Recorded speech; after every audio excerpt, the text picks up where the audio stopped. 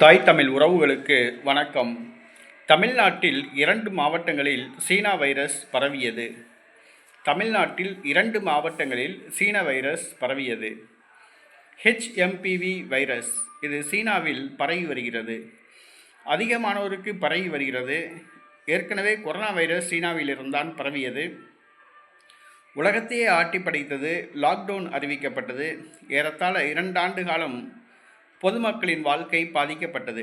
தற்பொழுது HMPV virus சீனாவிலிருந்து பரவியது. இது சீனாவின் சதி திட்டமா என்பது தெரியவில்லை.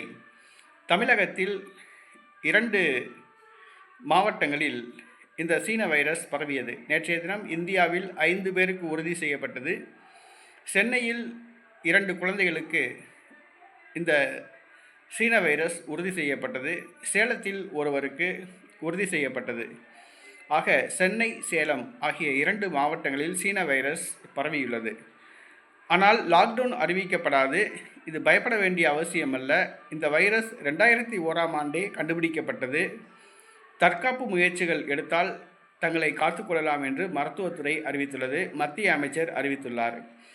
ஆகவே நீண்ட நாட்களாக காய்ச்சல், சளி, இருமல் உள்ளவர்கள் உடனடியாக மருத்துவரை சென்று அணுகவும், தகுந்த சிகிச்சை பெற்று தங்களுடைய உயிரை காப்பாற்றிக் கொள்ளவும்.